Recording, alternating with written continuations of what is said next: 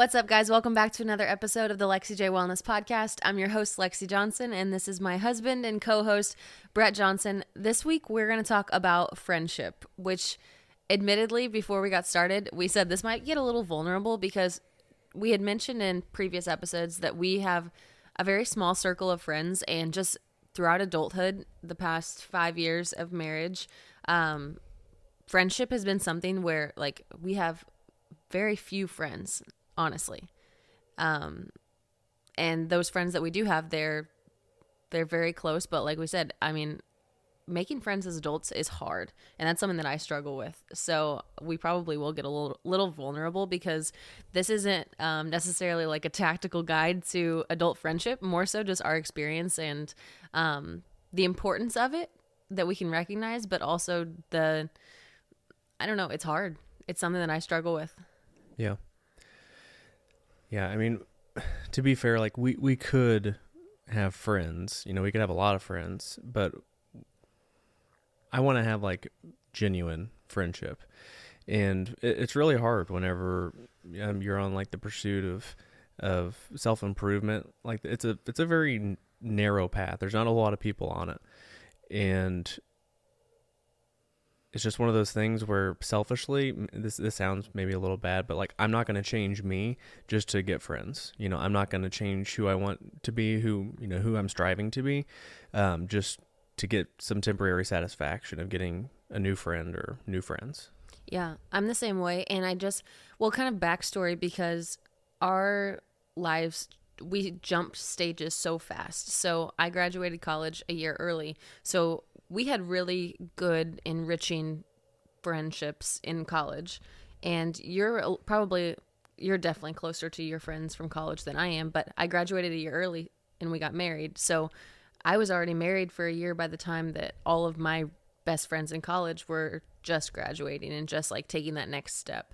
And there was just that gap, and naturally transitioning into a different phase of adulthood, you kind of grow apart. And that was, honestly, it was something that sucked going through. It doesn't make me like dislike any of them at all. And I feel like it's just kind of a realization that you have to come to, that you're no longer in the same phase of life. And it's hard to continue that relationship when your lives are so, so different. Yeah. Yeah. I look back at that phase of life and I look back at it fondly, but like they weren't just friends, they were family because I lived with them. Right. They were like brothers to me, and we loved each other like brothers, and we also fought like brothers. Like we were very transparent with one another, and like I love those guys. But just like, as you move on throughout life, there's these phases, and college is one of those phases because it's kind of like high school. You're with these same exact people all day, every day for this phase of your life, and then all of a sudden you're not. And you go off and you go down these different paths, and you try to figure out in this new phase of life what you want to do. And it leads people down all these different paths away from each other. So then, you begin the next phase, and once you kind of figure out who you want to be and what you want to do, then you start down this whole new journey of trying to find people that you can relate to. And depending on, how... if you have big aspirations in life, in my opinion, it's harder. It's a lot harder because it's harder to find people that set a high bar for themselves. Yeah, and like I can recognize also that I am a low maintenance friend, but I expect low maintenance friendship in return, just because that's what I deliver. So that's kind of what I expect. And I have learned through trial and error, like that's not everyone's expectation of an adult friendship, but I can't physically, mentally, emotionally, I can't offer the same energy that I did when I didn't have all of the obligations I did in college. So that's something else that you kind of have to navigate. Like, what are your expectations with friendship? Because if we're going to be close friends, I expect low maintenance friendships. Like, we're not going to be able to chat on the phone for hours every day. We're not going to likely be able to hang out all the time. And that's kind of something that I've come to realization of. And if I have free time, I mean, selfishly, I just want to spend it with you. You're my best friend. would I spend that with some of my close friends? Absolutely. But like when it comes to free time being a finite resource or a limited resource, you get priority. And I think that's something that also, if we're married, we don't have kids yet though. If you're talking about someone that isn't married, they don't really understand that. And it's all about just the expectations of the friendship, which should probably be not necessarily, not like you have to like sign a contract or anything, but just out like talked about, like what are your intentions with this friendship? What are your intentions with my daughter? It sounds so formal, but I've been in situations where that just kind of blew up, Yeah. So for purposes of this episode and what we kind of want to talk about here, I'm going to give us a little bit of a confined space to try to talk in right now.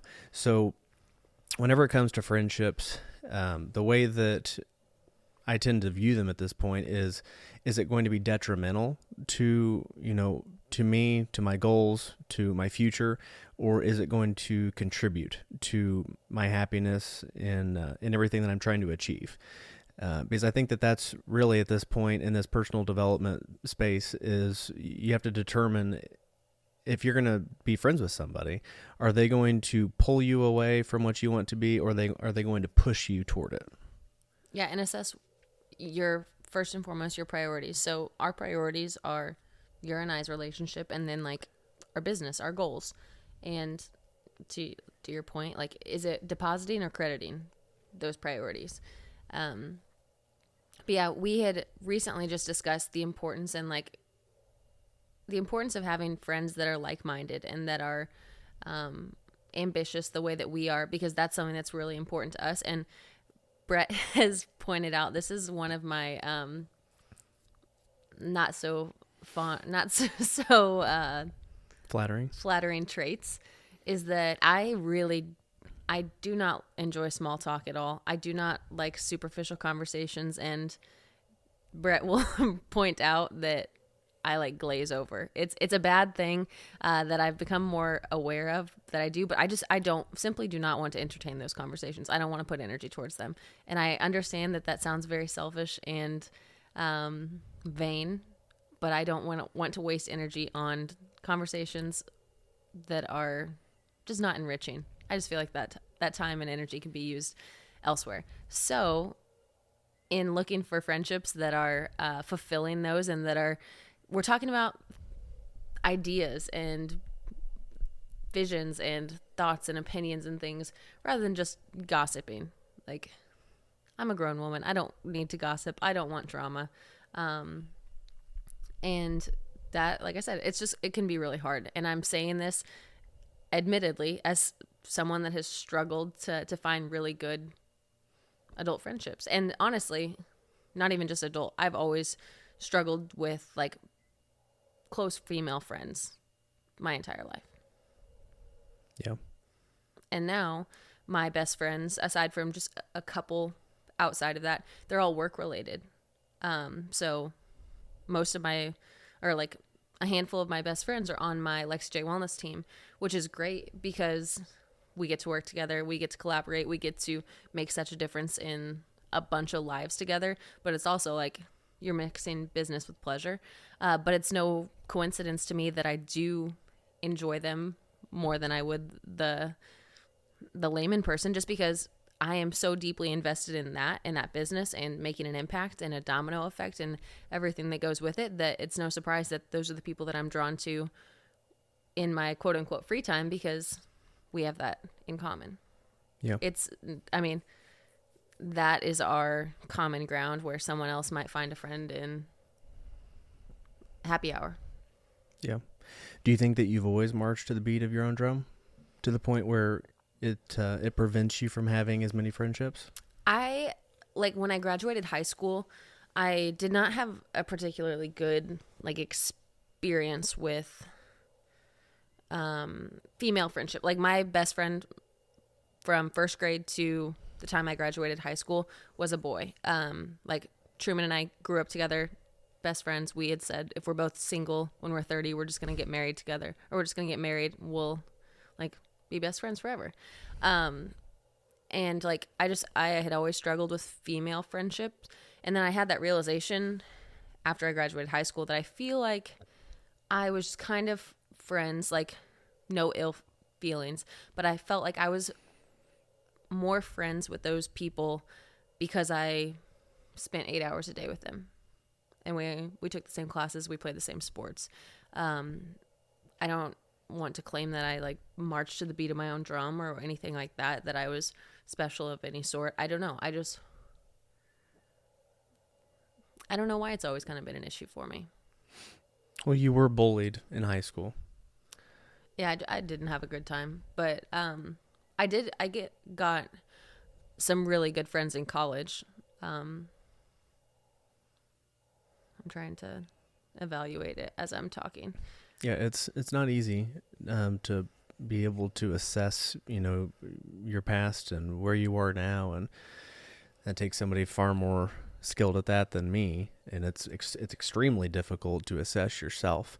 But I think that you are an intimidating female to other females, especially ones who are jealous. And I think jealousy is something that makes it's a vulnerable state, because jealousy essentially is highlighting the lack thereof in somebody else, the one who feels the jealousy. So it's an emotion that they feel, and they feel that they have to project it at you to make themselves feel better about themselves. They try to bring you down to their level in order to make themselves feel better. And I think that there's something to that with other females being around you. Really you've excelled at a number of things, from high school to now, be it athletics in high school, and you're naturally gifted in terms of intelligence. And I think that definitely has some sort of abrasiveness associated with, others around you whenever they're comparing themselves to you. Yeah, I think in a weird sense, I don't know, it is a sort of confidence, but I'm just aware of what I bring to the table, good and bad. Like I can evaluate myself on those things. Like I admitted earlier, I do not converse well in things that I have no interest in. If it's just like a superficial topic, like if you're really invested and you're excited about it, I get excited, but conversations like that bore me to no end, and I have a really hard time masking them.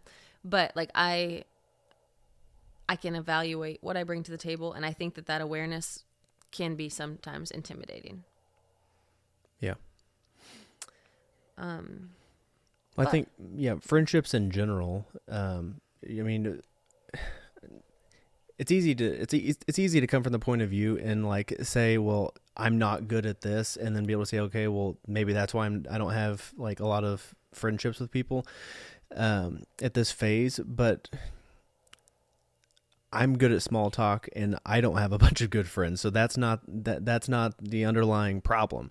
The problem is, and anybody who's ever done anything great is going to tell you the exact same thing, as I hear it all the time from these people that have done great things, is that you get in this phase, whenever you're in this phase of life where you're going down a path that barely anybody wants to go down, because it's hard. It's really hard.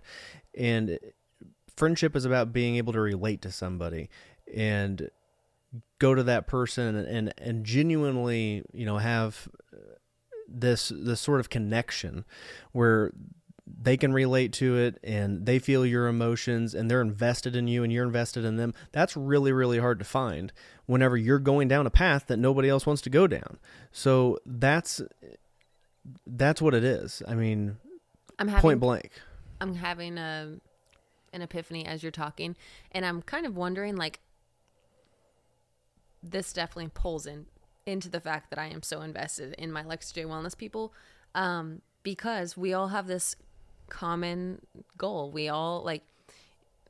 have these common behaviors that are considered the norm around like our culture, and I feel like instilling that and just promoting that has kind of filled that void of friendship for me, and that's why I feed into it so much. That's why I am so passionate and to the point of obsession. Like, I love this community. I love that culture.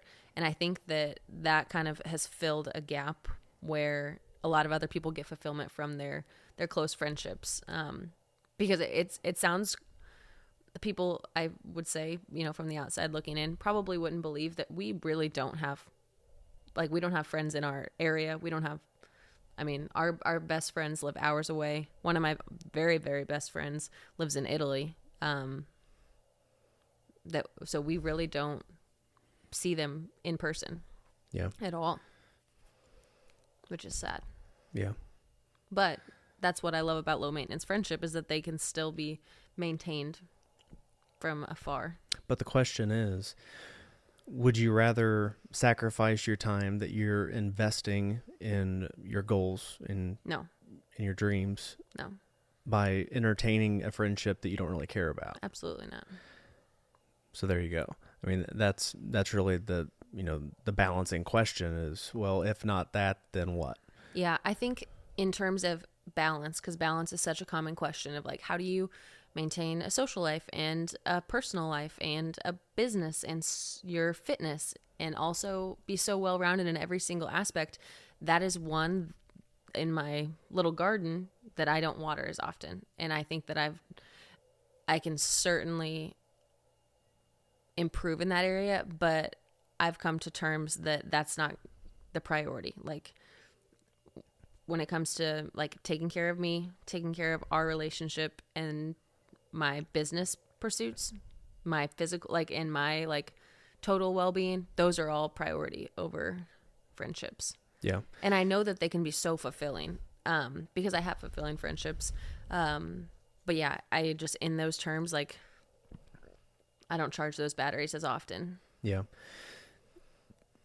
In all honesty, though, I do think that we may be kind of looking over one big, like, the nucleus of all this that makes us and, our goals and everything work. And that's the simple fact that you and I are best friends.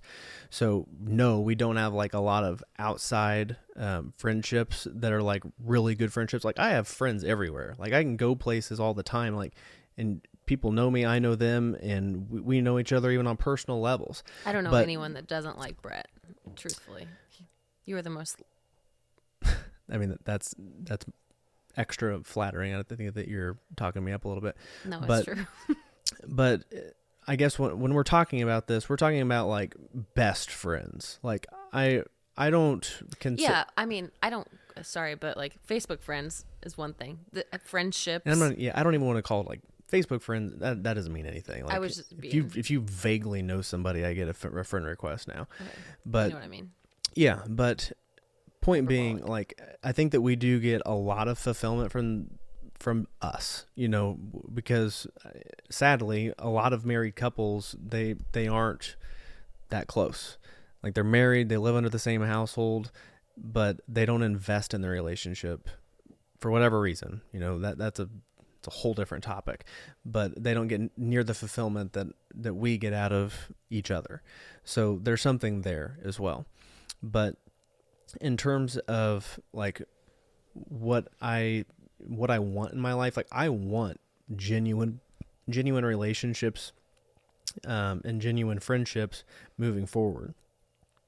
But I know that's going to happen with time. I have full faith that is, that is going to be a thing in my future, but I can't force it. I'm not going to go get on Bumble or Grinder. No, do you know what Grinder is? Bumble, there's actually for friends. You can actually find friends. Babe, don't get on Grinder. Actually, you should get on Grinder. But I'm not gonna force relationships just to, like, satisfy some temporary, itch. That's exactly what you'd be doing on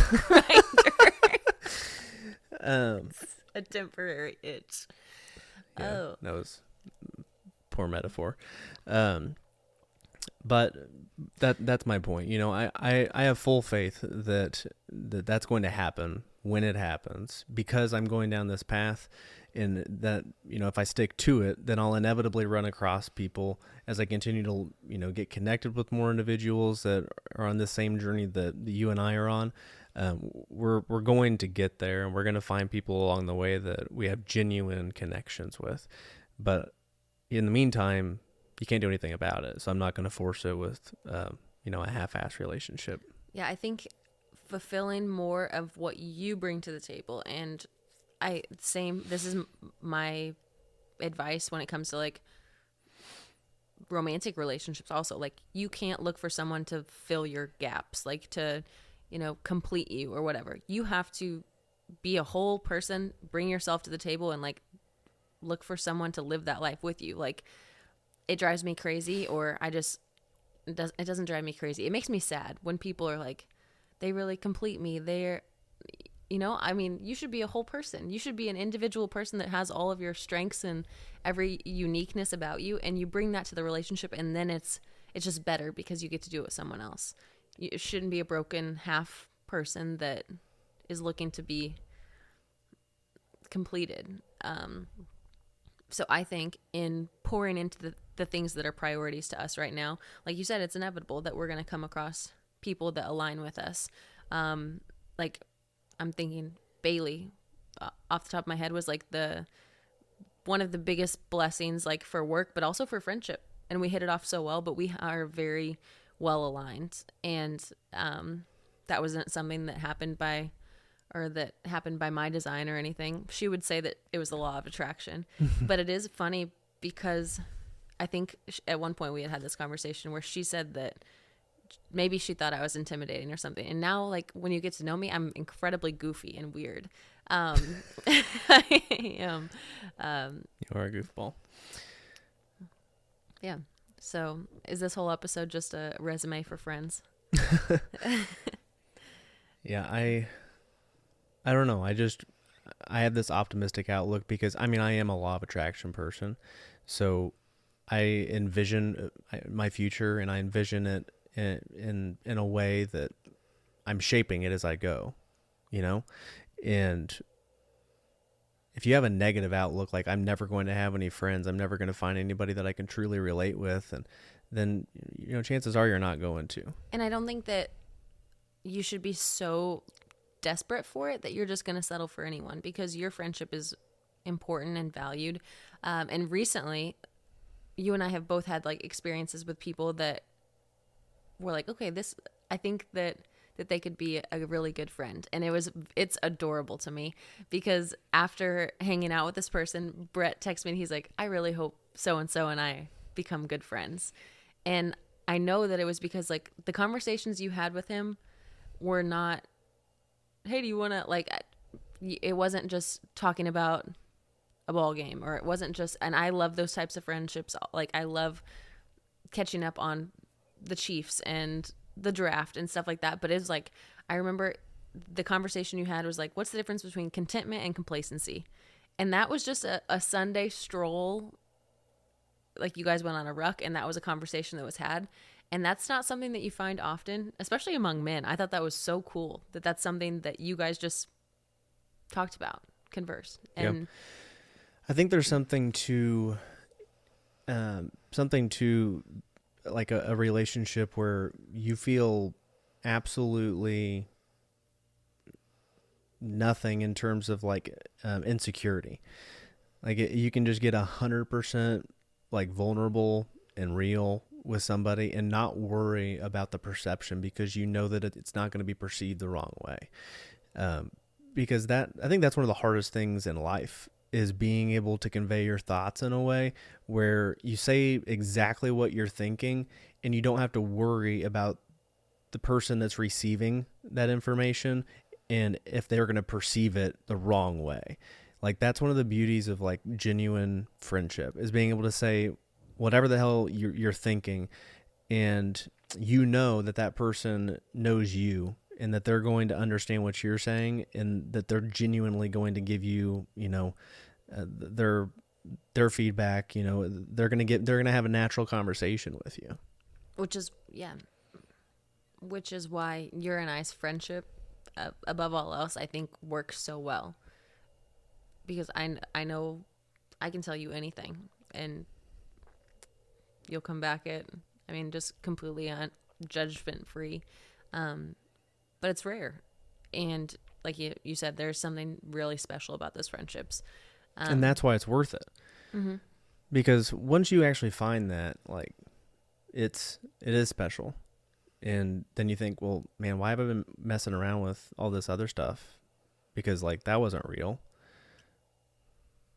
That was really sweet. Do you have any parting words? I don't think so. I think I've kind of said my piece with this. And I also, just to loop around a little bit, when you get that sort of friendship and that person that you can say anything to and know it's not going to be received with ill intent or judgment, or they just know who you are and they know your intentions, they know your heart. You can have those conversations and you can have disagreements and know that you're going to come back to that spot. And you also, it enriches that singular friendship. So you don't need 15 of those. I think a lot of people are trying to, they have a gigantic friend group, and maybe this is just my insecurity in not having that, and I'm poking holes in other people's plans. That could be it. I don't know. But like, they have this gigantic friendship or friend group, and you want to pick apart or like kind of sample a la carte, you know? Right. Like, I have this person I can be this way with, and I have another person I can be this way with. And then you know that if you're in one of those big friend groups and, you know, you have like these individual things that, you know, you can relate to each person with, like as soon as the one person leaves the room, everybody's talking about that one person. And that's the sort of bullshit that I hate. Yeah, that's just drama. I'm like, too old for it. Like I'm here for the person that you can tell literally anything to, and they're not going to say a word, and they're going to listen to everything you have to say and give you, you know, they're going to converse with you in a super honest and open and vulnerable way. And they're not going to think a thing of it because they know you and they know, you know, your intentions. Yeah. If you're our close friends, you know who you are. We admire you guys and love you guys so much. Yeah, it's something I'm for sure working on. I don't have I don't have many super close friends. Like I said, my best friends I get to work with, which is really special. But it's definitely something that I could improve on, watering that garden. Yeah. There's always room for improvement. Yeah. I felt like this was just kind of a therapy session. Like I said, I was never going to admit to being a tactical guide, because friendship is not something that I'm just above and beyond excelling at. Admittedly, it is the thing that the ball I let drop when it comes to balance. I guess really like the main takeaway that we were hoping for from all this is that by getting vulnerable and expressing that despite how so many people appear from the outside looking in that they have it all figured out, they don't, and they're humans just like everybody else. And you know that goes from all the way from the bottom to the top. Because that's human nature to assume that, well, that guy must have it figured out because he has so many other good things going for him. Right. Everybody's human. Everybody has this human experience. And if you don't have like what we're describing, you know, that we search for, then that's fine. You know, that's honestly, maybe that's a good thing, because that means that you're aware enough of yourself and what you want to recognize that somebody doesn't align with those things, you know, with those goals. I think that this was one of your most insightful episodes, just as a listener myself. You brought a lot more value to the table than I did, but I enjoyed listening to you. That's why you're my best friend. I was due. No. All right, guys. If you guys have any questions, topics, anything you'd like us to discuss, as always, shoot us those emails at pod@lexijwellness.com, because we're always eager for your feedback. But I hope you guys enjoyed the episode. If you had any takeaways or thoughts, we'd love to hear them. But as always, hope you have a great week. We will talk to you next week.